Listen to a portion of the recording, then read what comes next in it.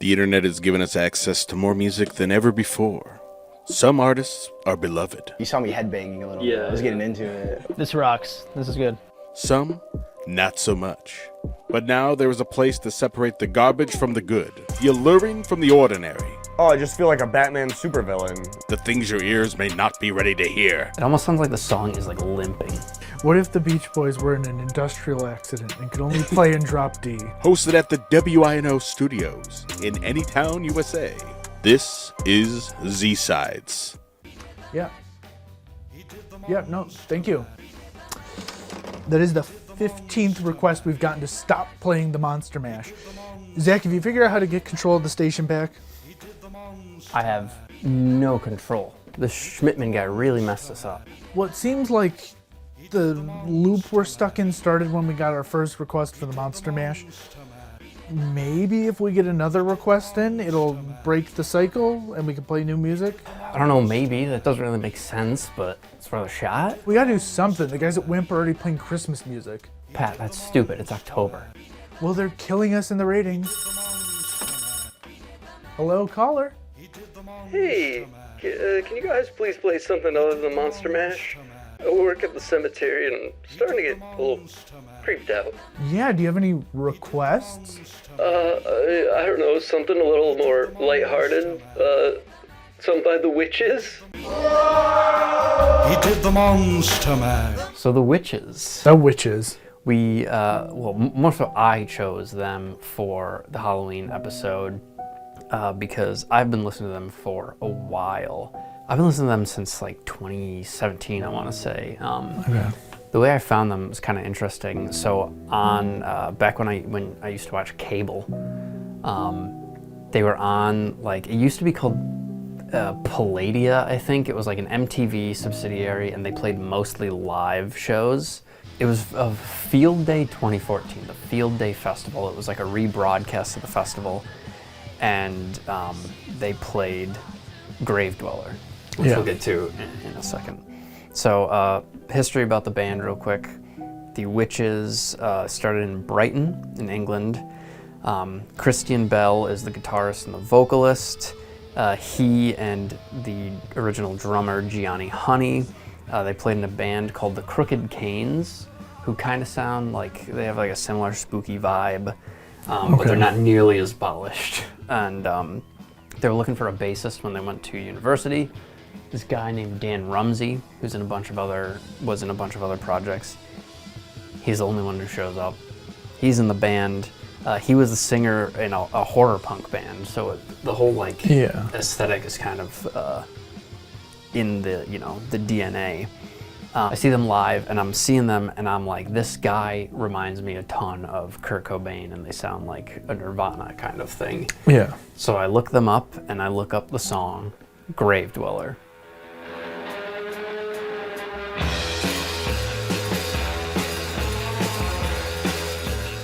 Okay, I like this.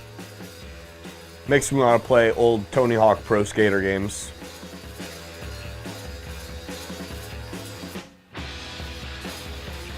That was good right there. But he kind of has like the mother voice. Oh, it's only the pitch. It's not like the way he sings, but it's that like shriek almost.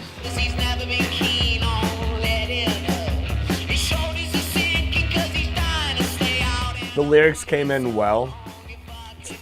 It's always a toss-up sometimes when you've got like a more grungy vibe. I like a little bit of screech, a little bit of whine. It's good. It fits the season.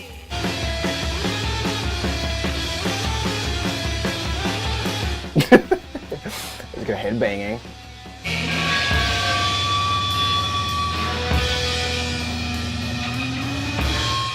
This rocks. This is good.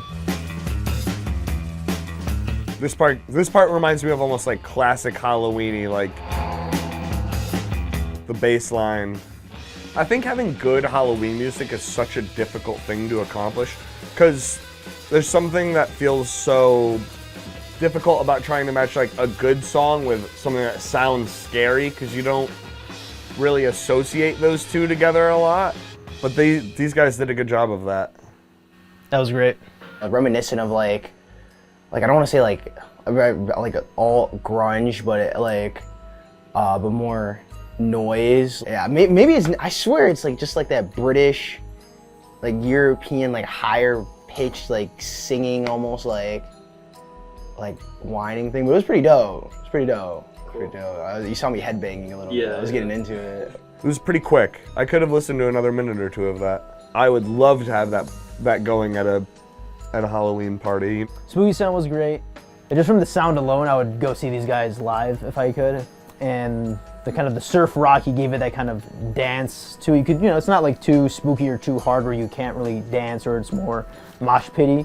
The chords and that surf rock brought the kind of dancing to it that you could easily see at like a party, or at like, in for like a movie or something. Like a little bit more haunting. Yeah, like an all horror movie almost, sort of, kind of almost like a chase scene. I can kind of see it, or something like that. That fit. If like this were to be in a horror movie soundtrack, this would definitely be the chase scene. Definitely fits the name Gravedweller and the Wytches. So Pat, Gravedweller. So Gravedweller, you switched it up on me. Yeah, I just remembered. I feel bad because we were gonna do another song called Dig Saw in this spot, and we'll talk about that later. But Gravedweller, the reason that I went with it is I think the bass line and the core and the groove kind of like moves along a little more fun, more jaunty, more spooky even, if you will. A little bit, yeah. I was initially told we were going to be playing Dig Saw, which is also off the same album. They're both kind of very much in the same vein, though. They're very similar. But like you said, Gravedweller is maybe a little bit more polished. Not that their music's very what you would call traditionally catchy, but it's maybe a bit more catchy. Yes. But both of them really kind of play in sort of a surf rock space.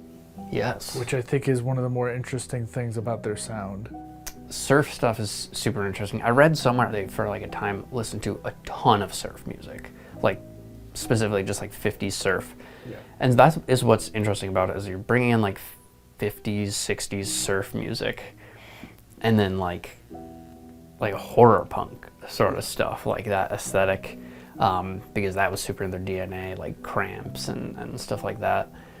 And it's a really interesting blend. It's how you get a lot of those earlier things where it's punky, but it has a lot of atmosphere, whereas a lot of times like the horror punk stuff, when I listen to the Cramps, right? The Cramps are a really good band. Yeah.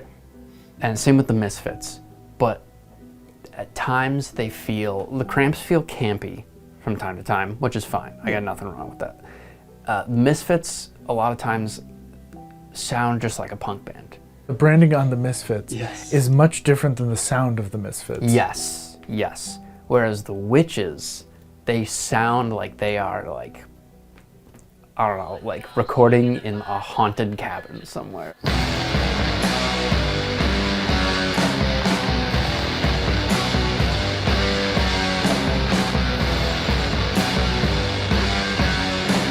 You can like hear it's the reverb almost reminds me of like a dense fog. Yeah. Like that's the best way to describe it, where it's super distorted guitars drenched in reverb. It just sounds like spooky surf music. I said when we were going to do Dig Saw, I made the note that Dig Saw made me picture one of those 60s beach party movies where everyone's like, where there's like a band playing in like outside of a cabana and everyone's just dancing next to the surfboards. Picture that, but everyone's just skeletons. It's just got a really cohesive sound to it all the way through. Some of my other favorites off of that, besides the two that we played, we had talked about, we were going to put Weights and Ties. Weights and Ties was really good.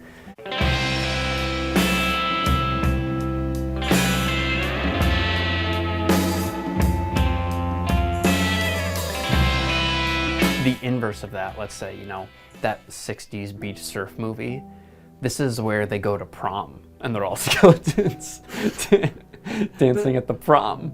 So it's hilarious that you said that. My note for Weights and Ties is spooky prom. Sounds like they played at Carrie's prom. Oh, yeah, okay. Like if they were going to remake Carrie again. Yeah. They would be the band to play at the Carrie prom. That would be awesome. And then the other one that I was going to talk about was Fragile Male for Sale, which I know you also...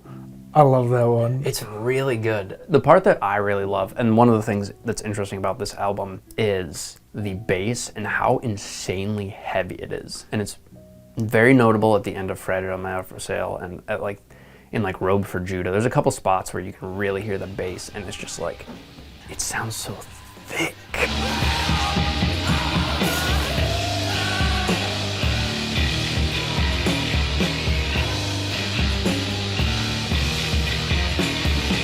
So thick, it's so muddy, it's so chunky, whatever you want to call it. But it's still clear, you know, you can Yes. understand because Dan Rumsey is playing some really interesting stuff on the bass throughout kind of their discography. Those ones I love, and there's just like, those would be like 10 out of 10s for me if I could just hear a little bit more drum in there. Yes, the one thing I will say about the snare is the snare on the first little album bit is very different. like chunky. Yeah, it's not super crisp, super clear. It's a good album. It's definitely, I think I like it less than I did, but I still, I own it. So I bought it on vinyl a couple years ago. I also really liked Wireframe Mattress. Yeah, Wireframe Mattress is the most like Nirvana sounding to me. Yeah, it's very, very grunt, you know, a little whiny. Yes, yeah. But it's also got some really good screams towards the like end, yeah. Laugh while my dignity collapses.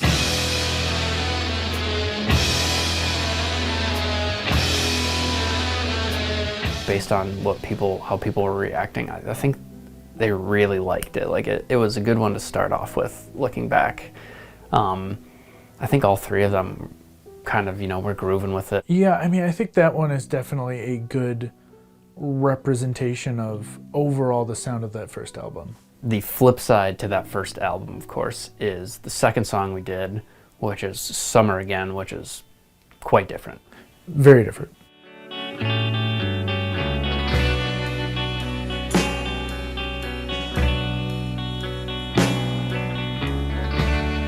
It's kind of like a sleepy summer night. What first come to mind is it's like a fall walk, like kind of like AirPods in, fall walk. When the walls were all closing, I undid your dress. I really like the vocals. It's got a very unique noise, very unique sound. Does a good job of kind of, I can feel the passion in his words. And I love a passionate lyricist. This is nice, I like this.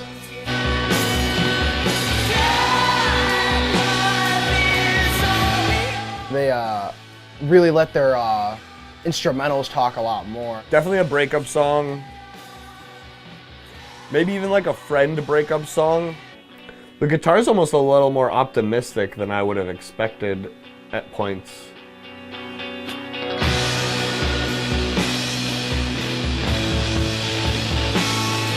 It's got these little patterns of up and down. It's produced really well. Like, the mixing on it is good. Damn. Damn. Well, I guess that they became more of a little bit more intense than a fall walk. I'm not gonna lie, I kind of jumped the gun on that one. Well, overall, I like that one. Definitely the second half was the better part, but I like the beginning, how the kind of matches the vibe of the Summer Again feel, which I liked. I liked it when it got towards that halfway point, the second half of the song, where it kind of goes into the more of the rock and the heavier part comes in. That's like a very like shouting into the ether, like ballad. You know, it's kind of a cathartic listen. You can feel like the end of the album is coming up. If they can let the instrument speak, or somehow like emote through the chords and like the actual instrumentals, they'd rather do that, which I find very. I guess that's kind of the beauty of music, is the way that you can do that. So I found that kind of cool. It's very like hear, don't tell instead of show, don't tell. It's one of like two slower songs. Like there's some slower moments, but there's the two. Again, I switched this one on Pat again. We were gonna do Weights and Ties, which we'll talk about. Yeah. But I went with Summer Again because it's one of their most popular songs, actually. Almost surprisingly. Yeah, I think, you know, it maybe got less fanfare than Gravedweller did. The reason that I like it, and maybe the reason that it was tough sell for other people, is it's very emo. Yeah, it's very emo. I think it's also, when you compare to the rest of the album, it's almost kind of ethereal sounding versus where everything else is very, very heavy, very almost kind of muddy, almost. Dissonant. Dissonant is another good word. This is much more almost twinkly at points. It's it's very, especially at the beginning, it wants to sell you on the idea that you're on a summer walk, and then things get spooky. And I think that's why I always gravitated towards it. The end where he's like wailing and like the guitar is wailing at the same time too is really cool. It really sells like the, you've fallen into the spookiness. So their second album, I call their pop album, if that makes sense. But it is. Like, it's pop horror punk? Yes, horror pop punk. Their second album is much less consistent, but for sure. Yes, but I think I prefer the highs are higher, but the lows are lower. Some of my favorite songs are on there. I loved Dumb Phil.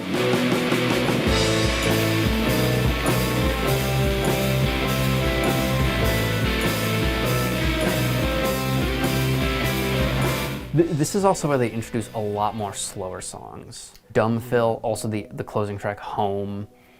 There's a lot of stuff around this time where Christian Bell, the main songwriter, is like kind of doing more ballady stuff. Bone Weary, if you remember that one. That's also on my loved it. It's just such a well-constructed song.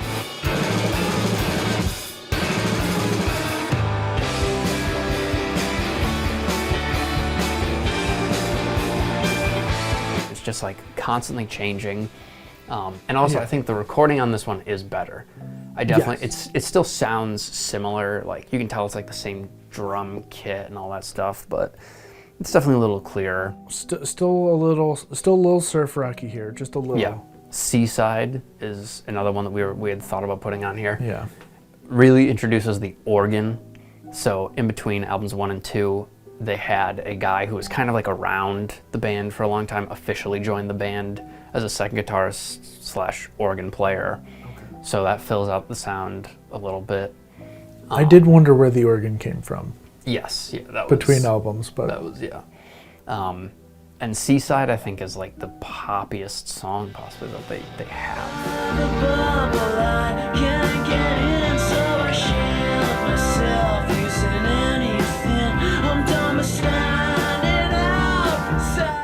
And then we got to talk about Crest of Death. Crest of Death. So Crest of Death was on my list for being the exact opposite of everything you said about this record. Yes. Where you said, "Oh, this is the pop record." Then there's Crest of Death, which is just a metal song.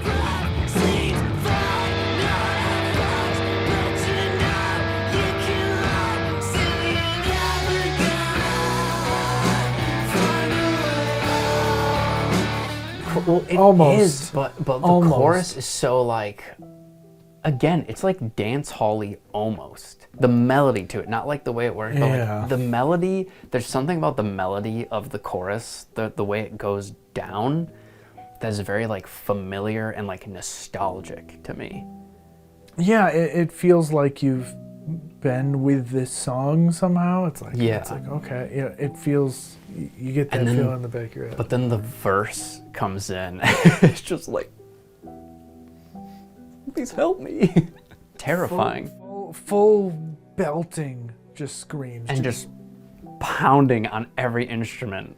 Almost a little bit of hardcore, almost. Yeah. Like not quite, but yeah, it's an interesting blend of things. It is combining like a lot of those spookier elements with waltz music and like dance music, and then you took like horror punk and surf and combined all those three things in a pot.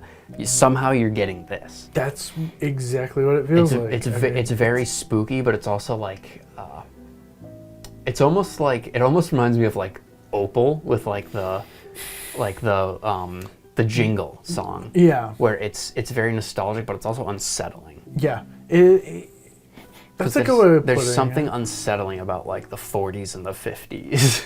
It was a spooky time. So the third album is called 3 Mile Ditch. In between this album, the original drummer leaves the band and they get a new drummer, which makes a lot of sense moving forward because, in my opinion, one of the very distinct parts of the first 2 albums that I love are the drums. And when I finally heard it, I was like, why am I not vibing with this as much? I think the drums are a big part of it, funnily enough. Yeah, I mean, it's weird because this is where I'm like, I got what I wanted. I can hear the drums, but the drums are different, so it is. It's kind of a weird duality. Yeah. Like I will also say, you waited for years. Yes, to hear this album. Rabid. I heard this album about 5 minutes after I stopped playing the previous album, so some of the changes were maybe more subtle for me, whereas you had, years to marinate on this music. I think it's their worst album. There's a few I enjoyed. I enjoyed this, like the highlights, but I think there's a lot more duds, and even the duds, like I couldn't tell you what some of these songs sound like, and I've listened to this album a fair amount of times. Yeah. White Cliffs. That is my first one. White Cliffs is very good. Again, one of the slower ones. They really do well with a slower, heavier tune.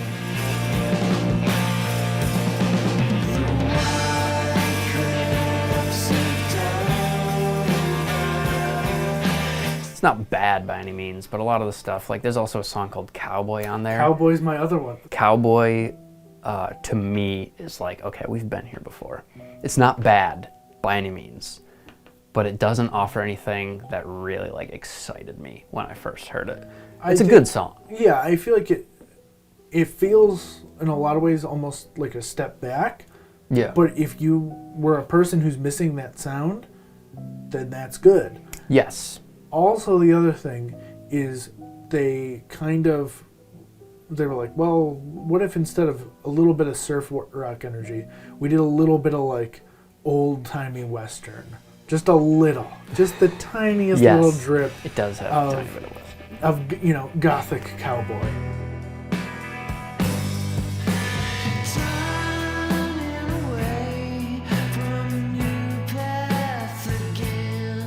Again, bringing in another thing, like we talked about surf music, another thing from like the 60s, like that Western, you're just pulling that in. What if we made like the Misfits, but it was the 1940s? What if we had Johnny Cash play with the Misfits in the 50s? Yeah. So the third one we chose, we're going to flip the script here. I had wanted to play something off of the second album, but you had convinced me to play something off the newest album. I wanted either the newest one or the third one, because what is interesting to me and I enjoyed about the leap between the two is the first album is great, but my complaint about it is that it sounds very compressed, very dense, and the guitar really, while the guitar is great, it really kind of overpowers the drums and the bass for me, I feel like. And so the actual name of the song that we went with off of this album is Our Guest Can't Be Named, which is also the name of the album, Our Guest Can't Be Named.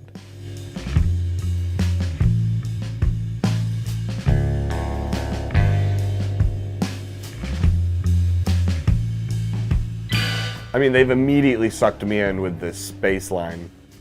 I actually really fuck with this. This is actually my style of music. It's actually what I like.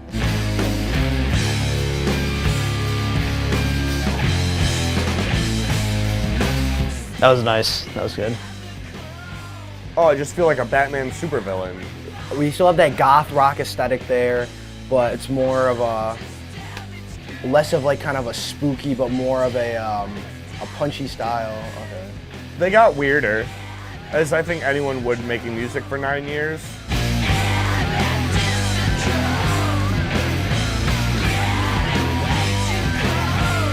Nice solo. I like the reverb he's got in his voice here. Take as many breaks as you want and will. It does a good job lending to that spooky vibe that they're going for, that almost underground noise. Definitely counterculture noise. They don't want to be on your radio. This is like what I imagine the underworld would listen to. All right, that was great. I like this song a lot. I would probably say it's my favorite song right now out of the three. I could almost like imagine a group like Alice in Chains or like Nirvana playing that song. I'm not sure. I don't know how you would call that effect he had on his vocals. That kind of, I don't know, underwater, very wavy kind of voice kind of thing he was doing. I could imagine someone like screaming those lyrics and like it would still like fit well on the song. So definitely the word that comes to mind is polished. Like I feel like everything's tighter, like more, that they feel more confident. The voice filtration or the voice filter modulator, whatever, really cool, by the way.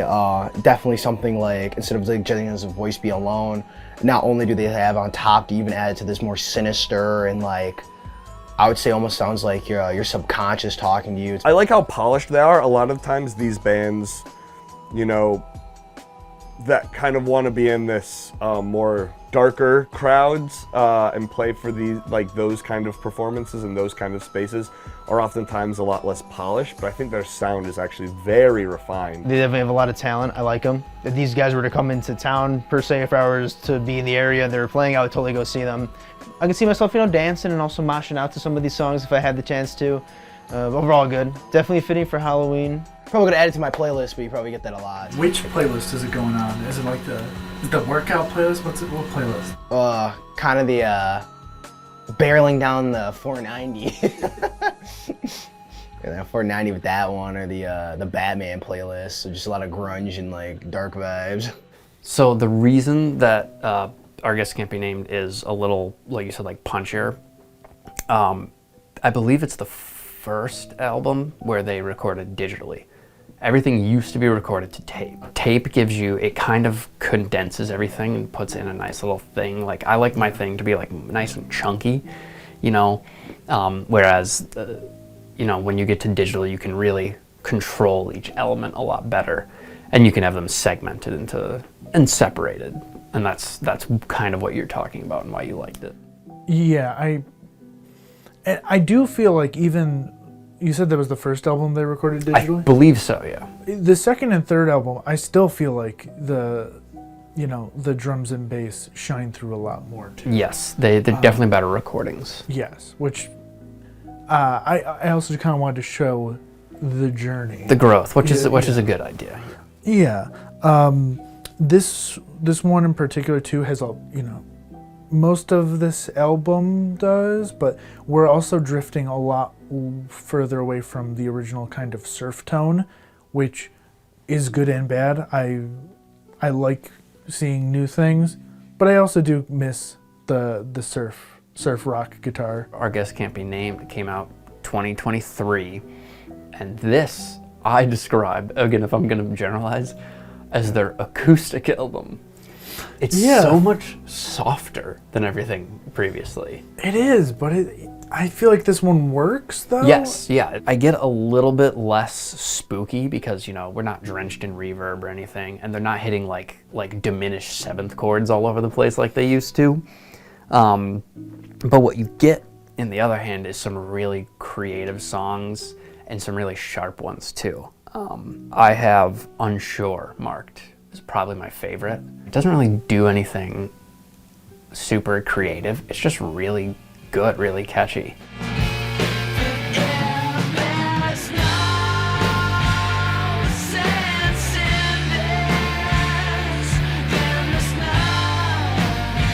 I really liked Our Guest Can't Be Named, and my absolute favorite off this album was Maria. So Maria is one that I was going to mention. It's a really good song. And it's funny, Maria and Zep Step are, I think, the first two on the album. Yeah.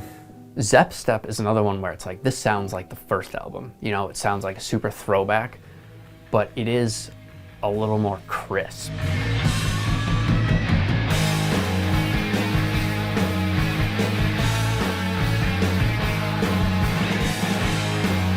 again, it sounds like we've been here before, and it sounds like, you know, almost like a Digsaw 2.0, but it's a little more controlled and a little less like chaotic.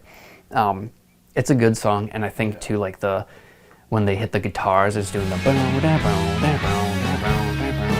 so cool. Like they have a lot of really good parts where they as a band are cohesive and doing something super like, sort of like jaunty, off-putting. I think that adds to the spooky vibe. You're kind of on edge. It almost reminds, like, picturing skeletons. I can like picture a skeleton like kind of walking down a hallway, like, you know, It almost sounds like the song is like limping. And so bringing it back to Maria. Maria was an old song that they had written in, I want to say around like the 2013, 2014 era. It was an old song and they had performed it a couple times. They reworked it for the album. And that's one of the things I find it super interesting. It was a really good, catchy song. And again, talk about, you know, the rhythm to it, like that, and there's no drum beat. Like the drum beat like stops. Yeah. You know what it sounds like? Like imagine a Scooby-Doo episode, like, or even older, like, you know that like those 40s animations of like skeletons and stuff. Yeah, like, all the black and white. Yeah. Yeah. Imagine that, and they're doing like one of those things where like they like creep forward. You know what I'm talking about? They're chasing our protagonist. Yes, but they do it to so it's like boom, boom, boom, and they stop every once in a while. Yeah, so it's like creep.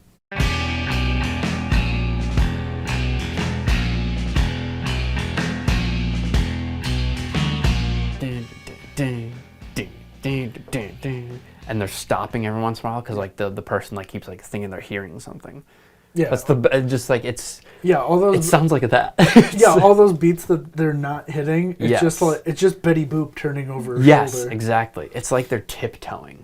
Yeah, it sounds like the song is tiptoeing along. But I need to talk about Bill Blood.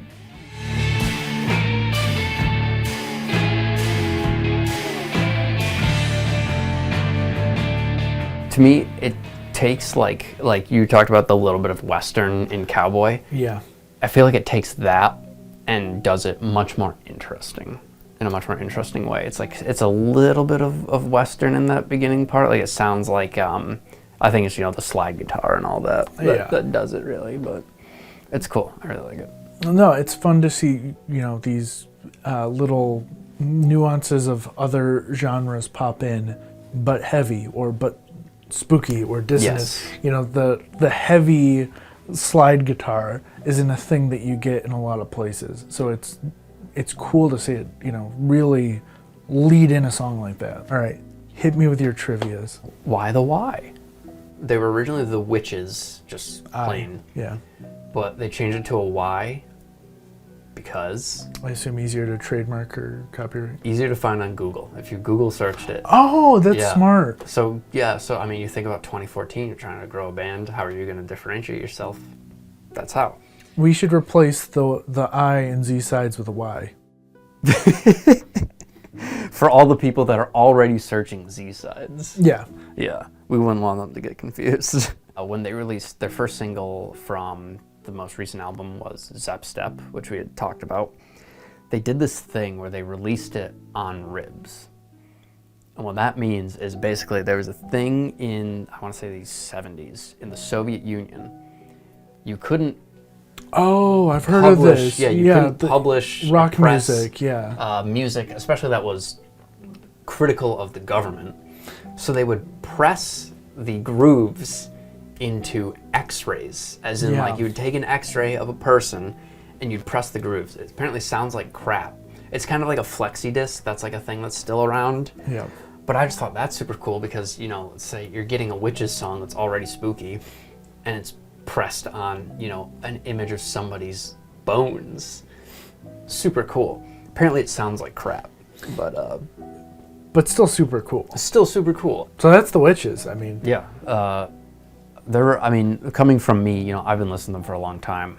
They're a really good band. I always listen to them around like Halloween time. They're in my like October playlist. Yeah. An interesting combination of a lot of the things that you might consider. You know, there's like some metal in there, some psych in there, a lot of stuff that's spoopy.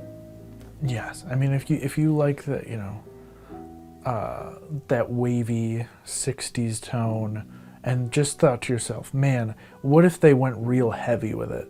What if the Beach Boys were in an industrial accident and could only play in drop D? What? An alternate timeline where the Beach Boys invent drop D tuning. The Beach Boys, but instead of Brian Wilson just writes about his bad trip experiences. I would probably be more apt to listen to their earlier stuff in terms of a casual listening. I kind of want to see if they have good album pacing and like how long that first album is, and see if a majority of their songs hit for me. I only got to listen to one of their songs from their newest album, so I kind of would be interested to see a little more of the progression of what their other two albums would look like, and they're definitely good. I definitely think that they have a nice style, and they know who they are. They're not like trying to figure out their path. Like, they know the niche, the community they're creating music for. It's like Juggalo light music, you know? It's like people who want to be in this kind of like counterculture, like, it's tough with music though, man. It's tough for people to find new artists. It's hard. Yeah. If only there was a show to advocate for bands like this. It's true. It's a good point. You guys should do something like that. It'd be cool. Like the last song I said, I could see like Alice in Chains or Nirvana doing. Like I could see some of that, you know, the grunge or maybe the punk or metal scene liking that kind of music. Hey, by the way, I don't think I ever heard, how did Peter Schmittman die? Die? He didn't die. He just retired. Wait, what do you mean? And why are we haunted? I don't know, ghost rules?